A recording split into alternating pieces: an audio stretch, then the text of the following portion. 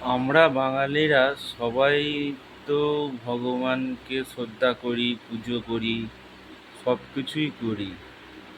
মনের বাসনা জানাই যে আমাকে এটা করে দেবেন, ওটা করে দেবেন। ঠিক আছে?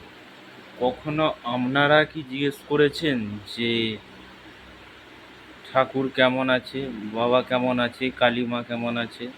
বলেছেন? নিজের স্বার্থটুকু মেটানোর জন্যে আমরা কত কিছু পুজো করেন, এ করেন, শ্রদ্ধা করেন। একবার ঠাকুরের প্রতিও তো খোঁজ নিতে পারতেন যে কেমন আছো না আছো। তোমরা কেউই তো খেয়াল রাখো না ঠাকুর। যত্ন করো না বলছি না, শ্রদ্ধা করো, কিন্তু নিজের স্বার্থটাকে চেয়ে নাও। তাকে তো জিজ্ঞেস করো না তুমি নিজে কেমন আছো। এটাই স্বার্থপর হয়ে গেছে সবাই এখন। শ্রদ্ধা করে ঠিকই, কিন্তু কখনো জিজ্ঞেস করে না। এটাই আর কি।